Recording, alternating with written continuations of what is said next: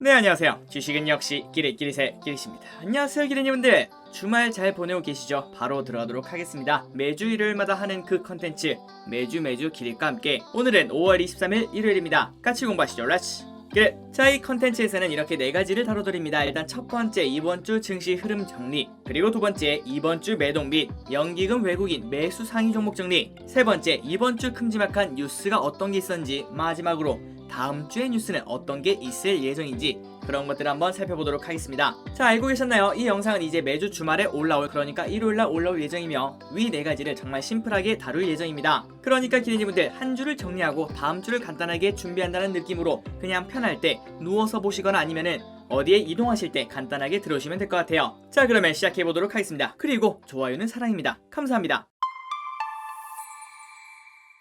자, 일단 지난주 투표 결과를 한번 보도록 할게요. 15,000분이 투표를 해주셨고요. 그리고 코스피 지수 예측은 오른다가 53%였는데 조금 오르긴 올랐습니다. 3포인트가 올랐어요. 현재 3,153인데 지금 금요일 종가 기준 3,156으로 조금 오르긴 올랐으나 이 정도면은 보합이라고 보는 게 맞겠죠. 그나저나 이번 주는 시간이 정말 빨리 간 것 같습니다. 그 이유는 바로 변동성이 너무나 컸기 때문이겠죠. 자, 이번 주 코스피 흐름이 어땠나 이렇게 보시면은 다른 양봉과 달리 크게 왔다 갔다 하는 걸 확인할 수 있죠. 내렸다가 올랐다가 내렸다가 올랐다가 올랐다가 내렸다가 이런 식으로 정신없는 한 주였다는 걸 확인할 수 있습니다. 그리고 코스닥도 마찬가지죠. 이런 식으로 큰 양봉과 음봉이 함께 있는 걸 확인할 수 있네요.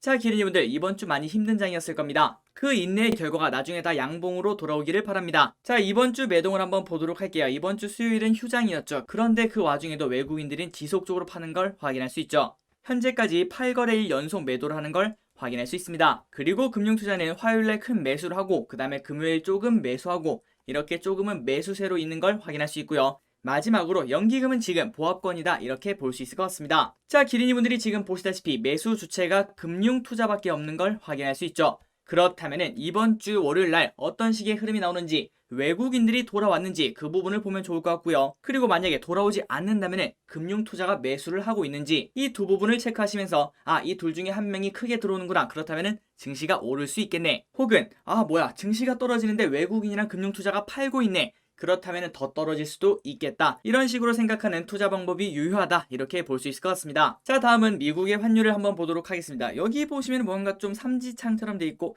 야, 이거 혹시 헤드앤숄더인가 뭐 그건가, 이런 생각이 조금은 드는군요. 자, 이렇게 환율 상승을 일단락하고 한 번 더 떨어지는 모습을 보여준다면 다음 주는 외국인의 장이 될 수도 있겠죠. 이 부분도 같이 지켜보면 좋을 것 같습니다. 그리고 만약에 떨어진다면 1120원 라인 그 밑으로 떨어져야 외국인들이 크게 들어올 수도 있다 이렇게 볼 수도 있겠죠. 자, 과연 이번 주 환율은 어떻게 되는지 그 부분도 지속적으로 팔로우 해보도록 할게요. 자, 그래서 뉴스 기사 하나를 보면서 다음 주 증시는 어떻게 될지 한번 보도록 할게요. 주간 증시 전망, 고조된 연준 긴축 우려, 이번 주에 그런 게 있었죠. 그래서 변동성이 계속될 거라는 예상이 나온다고 합니다. 한국 시간으로 지난 20일 공개된 FOMC 회의록에서 테이퍼링이 언급되자 시장 우려가 고조, 증시와 암호화폐 시장을 비롯한 위험자산 시장이 위축되고 있다고 합니다. 다만 회의록 내용 중 경제 회복이 빠르게 개선될 경우 이런 조항이 있다고 하는군요. 그래서 이 부분 때문에 조금은 안심을 해도 되지 않나 이런 의견이 나온다고 하는데, 하지만 그 불확실성에서 나오는 변동성은 지속적으로 존재할 거다 이렇게 볼 수 있을 것 같습니다.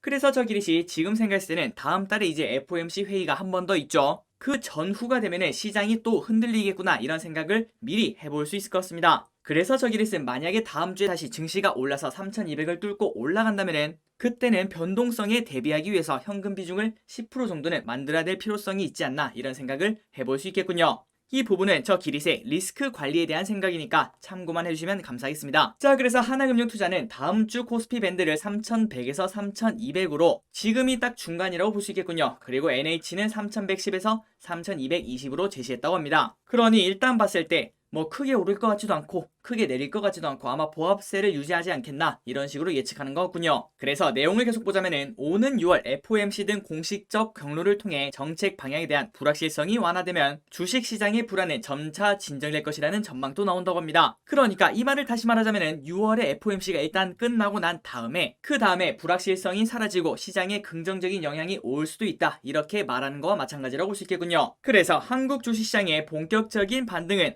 물가 상승세가 완화되고 테이퍼링 우려가 경감되는 시점에 나타날 것이라며 이 시기에 주목받을 수 있는 경기 민감 수출주인 자동차와 소비재 기업에 주목할 필요가 있다라고 말했다고 합니다. 그러니 이 기사를 한 줄 정리하자면은 일단 6월 FOMC까지는 변동성이 클 수도 있으니까 안전하게 가는 게 좋겠다. 그리고 그 다음부터는 반등을 노려볼 수도 있다. 이런 해석을 충분히 해볼 수 있을 것 같습니다. 자, 지금까지 이번 주 증시를 한번 살펴봤고요. 그리고 보시다시피 외국인들은 엄청나게 매도를 했고 그 다음에 연기금은 샀다 팔았다 보합권인 걸 확인할 수 있죠. 그런데 그 와중에 매수한 종목들은 어떤 게 있는지 한번 살펴보도록 하겠습니다. 자, 바로 확인해 보도록 하겠습니다. SK이노베이션, 대한항공, 현대차, YG엔터테인먼트, 삼성전기, LG디스플레이, 호텔신라, JYP, S-오일, LG전자, 삼성바이오로직스, 코웨이, 하나투어, 한진칼, SKIT, 넷마블, SM, CJ제일제당, 카카오 이렇게 총 19개를 연기금들이 순매수하는 걸 확인할 수 있고요. 그리고 그 중에 특징주가 뭐가 있는가? 여기 보시면 정말 특이한 게 있습니다. YG, JYP, SM, 엔터 3사를 연기금이 엄청나게 매수하는 걸 확인할 수 있네요. 그리고 이 부분은 한 열흘 전쯤인가요? 그때부터 지속적으로 뉴스를 통해서 같이 공부를 했었죠. 엔터주가 이제는 바닥을 찍고 올라갈 확률이 매우 높다. 그런 시각을 같이 공부했던 걸 아마도 기억하고 계실 겁니다. 그래서 일단 지금까지는 연기금들이 미친듯이 매수하는 걸 확인할 수 있네요. 그리고 또 다른 특징주가 뭐가 있는가? 하나투어, SKIT, 한진칼, CJ제일제당 이런 기업들이 있는 걸 확인할 수 있습니다. 이번 주에 꼭 공부해보시기 바래요. 자, 다음으로는 외국인의 순매수 19개를 보도록 하겠습니다. 더존 비주원, 카카오, JYP, LG화학, SK텔레콤, 하이브, SM, 녹십자, LG유플러스, 삼성엔지니어링, 기아, YG, 코웨이, 실리콘웍스, SL, SK바이오사이언스, HMM, 세방전지 이렇게 있는 걸 확인할 수 있습니다. 그래서 외국인들의 특징주는 뭐가 있는가? 여기도 정말 대단하죠. JYP, SM, YG엔터테인먼트 이렇게 엔터 3사가 같이 있는 걸 확인할 수 있습니다. 그 말은 지난주에 외국인과 연기금이 쌍끌이 매수를 했다는 소리겠죠. 그리고 참고로 SM 옆에는 이렇게 올랐다라는 표시가 있는데요. 이 SM은 JYP와 YG와 비교해서도 많이 올랐다라는 표시입니다. 그러니까 기린이분들이 공부를 하실 때 이 주식은 많이 오른 이유가 무엇인지, 그리고 이렇게 많이 올랐으면 이제 JYP랑 YG의 키를 맞추는 게 낫지 않을까, 이런 전략도 같이 공부해 볼 수 있겠군요. 그리고 다른 특징주 2개를 보자면 LGU+, 그 다음 SL이 있을 것 같습니다. 이 기업들을 꼭 공부해 보시기 바래요. 자, 마지막으로 개인분들이 사랑한 종목들이 뭐가 있는지 살펴보도록 할게요. 그런데 조금 특이한 게 있죠. 항상 개인분들이 사면은 보합 아니면 떨어지는, 오른쪽에 보시면은 빨간색이 많았던 걸 확인할 수 있는데, 이번에는 조금 유의미하게 오른 게 딱 3가지가 있었습니다. 일단 첫 번째는 개인분들이 많이 샀는데도 불구하고 올랐던 기업 HMM, 그리고 두 번째 샘CNS, 세 번째 삼성 SNC. 이 기업 어디서 보신 거 같죠? 맞습니다. 이번 주에 상장한 2개 기업이죠. 그런데 이 2기업이 상장하고 난 뒤 흐름이 좋다 보니까 이렇게 엄청나게 오르는 걸 확인할 수 있습니다. 그런데 샘CNS, 삼성 SNC 같은 경우는 공모주 버프다 이렇게 생각하시면 되니까 결국은 HMM 말고는 한 4% 이상 오르는 건 없었다 이렇게 볼 수 있을 것 같습니다. 자, 이번 주에 개인분들의 픽은 무엇인가? 당연히 압도적인 1등은 삼성전자, 2등은 삼성전자 우선주, 3등은 삼성바이오로직스. 그리고 이렇게 보니까 삼성바이오로직스를 지난주까지는 외국인과 기관이 사랑하는 종목인 걸 확인할 수 있었는데요. 그런데 이번 주가 되니까 개인분들이 엄청나게 매수하는 걸 확인할 수 있네요. 지금 현재 호재성 뉴스가 나왔는데 다음 주에 어떤 흐름을 보여주는지 그런 것도 충분히 공부해 볼 필요가 있을 것 같군요. 그리고 다음으로는 포스코, 한국전력, 삼성전기, 금호석유, 한국금융지주, 현대제철, LG디스플레이, DB하이텍, 페노션, HMM, 샘CNS, 삼성 SNC, 메리츠화재, LG생활건강, 하나금융지주, 현대해상 이렇게 있다는 걸 알려드리도록 하겠습니다.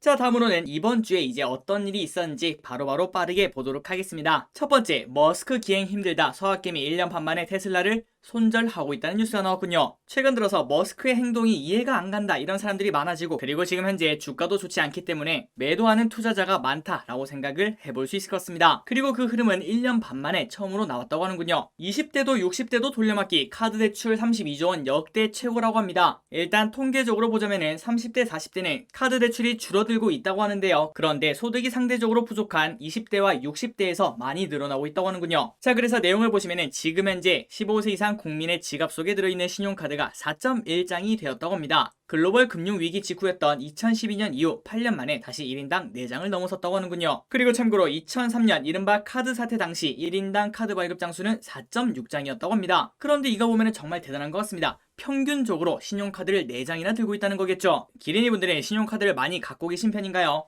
자, 다음으로는 메리츠증권 배당 성향 축소에 주가 와르르 고배당주 끝났나? 진짜 말도 안 되는 일이 일어났습니다. 메리츠증권에 투자하는 이유가 바로 배당 때문이라고 해도 과언이 아닐 것 같은데요. 그리고 보통 메리츠에 투자하시는 분들은 아마도 대다수의 분들이 안정적인 투자를 위해서 투자했다고 볼 수 있겠죠. 이 주식을 투자할 때 높은 시세 차익을 노리고 투자하신 기대분들은 아마 없다라고 생각을 해볼 수 있을 것 같습니다. 거의 대부분은 뭐 주가가 오르지 않아도 배당은 주니까 이런 생각으로 접근했을 텐데, 하지만 배당 성향 축소, 이 소식이 나오자마자 하루 만에 14%나 급락하는 걸 확인할 수 있습니다. 이런 거 보면은 저 길이 쓴 이 말을 한 번 더 되새기게 됩니다. 계란은 한 바구니에 담지 말라. 자, 다음으로는 알몬 배추 파문. 벌써 한 달 정도가 지났죠. 그런데 중국 김치 수입이 4년 9개월 만에 최저가 되었다고 하는군요. 그리고 수요일에는 비트코인 급락에 위험 자산이 와르르 쏟아지고 있다고 합니다. 증시, 원자재 동반 추락. 저때 우리가 부처님 오신 날이라서 정말 다행이었습니다. 혹시나 저때 장이 열렸다면 한 최소한 마이너스 1% 넘게는 빠지지 않았겠나, 이런 생각을 해볼 수 있겠군요. 햄버거 세트를 배달 주문했더니 매장 구매보다 1,200원 비싸. 야, 이거는 진짜 충격이었습니다. 특히 맥도날드 같은 경우에는 지금 현재 12,000원 이상이면 무료 이렇게 적혀있는데, 그래서 기껏 12,000원을 맞춰서 주문했더니 애초 햄버거 가격에 그 배달료가 다 녹아있다, 이렇게 볼 수 있겠죠. 조금은 배신감이 들었지만 불매운동은 하지 못할 것 같습니다. 그만큼 어쨌든 맛있기 때문이죠. 그냥 이제라도 그냥 배달료를 받고 제대로 된 가격을 고지해줬으면 좋겠군요. 그리고 참고로 다른 햄버거 업체들은 전부 다 그랬는데 맘스터치 하나만큼은 그런 적이 없다고 합니다. 자, 목요일입니다. LG화학 테슬라 양극재 공급 소식이 2% 넘게 상승세. LG화학이 테슬라의 전기차 배터리용 니켈, 코발트, 망간, 알루미늄 양극재를 공급한다, 이런 뉴스가 나왔죠. 그 덕분에 LG화학이 좋은 주가 흐름을 보여줬다고 합니다. 자, 그리고 가장 큰 뉴스라고 봐도 되겠죠. 페드 테이퍼링 검토를 첫 언급을 했습니다. 그런데 일단 증시는 선반영이야 이런 말을 하면서 조금 오르고 끝나긴 했지만 어쨌든 아직까지는 꺼지지 않은 불씨라고 볼 수 있겠죠. 6월 정례회의 때 테이퍼링 발언 늘어날 듯 이 부분이 앞으로 있을 리스크라고 볼 수 있을 것 같습니다. 귀여운 리니지 통했다. NC소프트 트릭스터 M 초반 흥행의 강세. 그래서 금요일날 NC소프트 흐름이 꽤나 괜찮았죠. 그런데 많은 기니부들이 댓글로 이제 트릭스터 M이 어떤지 알려주셨는데, 일단 제가까지 봤을 때는 평이 그렇게 좋지만은 않은 것 같습니다. 거의 대다수의 분들이 이거 리니지랑 너무 똑같다, 별로다, 이런 평가를 내려주시더라고요. 하지만 표본 자체도 작으니까 혹시 투자하실 기린이분들은 오늘 또 일요일 아니겠습니까? 한 번쯤은 플레이해보시고, 그리고 기린이분들이 와 이거 현질해야겠다 그런 생각이 든다면은 그 기업은 사는 게 맞겠죠. 여러분들의 판단을 믿어보시기 바랍니다. 자, BTS가 컴백을 했습니다. 일단 지금까지 들었을 때 저 기릿은 100번은 들은 것 같아요. 진짜 많이 들었습니다. 보통 저는 이제 한 곡을 꽂히면 계속 듣는 스타일이거든요. 그래서 주변 사람들이 조금 극혐하는 스타일이긴 합니다. 맨날 똑같은 노래만 듣고 있으니까요. 그래서 저 기릿이 지금까지 느낀 감정은 나쁘지 않은 노래다. 그리고 충분히 신나고 다이너마이트가 너무나 좋은 노래였기 때문에 상대적으로 좀 약한가 이런 생각이 들지만 이 노래 자체로도 충분히 괜찮다라는 생각이 들더라고요. 혹시 기린이분들 중에서 아직까지 버터라는 노래를 들어보지 못하셨다면 한 번쯤은 꼭 들어보시기 바랍니다. 자, 다음 뉴스입니다. 최근 계속 뜨거운 뉴스죠. 한 달 넘게 이어진 부실한 급식 폭로. 군대에서는 외주화 검토를 하고 있다고 합니다. 자, 그래서 이게 경제랑 무슨 상관인가? 자, 기린이분들, 지금 현재도 수많은 군 장병분들이 우리나라를 지키고 있다, 이렇게 볼 수 있겠죠. 그런데 그렇게 많은 사람들에게 외주화를 검토한다, 이런 뉴스가 나오게 되면 어떤 게 좋을까요? 당연히 급식에 관련된 업체들이 좋다라고 생각을 해볼 수 있을 것 같습니다. 아니 길이 급식에 관련된 주식이 있단 말이야. 네, 맞습니다. 기린이분들이 지금 바로 네이버에 검색하시면 정말 쉽게 찾으실 수 있을 것 같아요. 그리고 기린이분들이 찾아보시면 아시겠지만 정말 많은 기업들이 있습니다.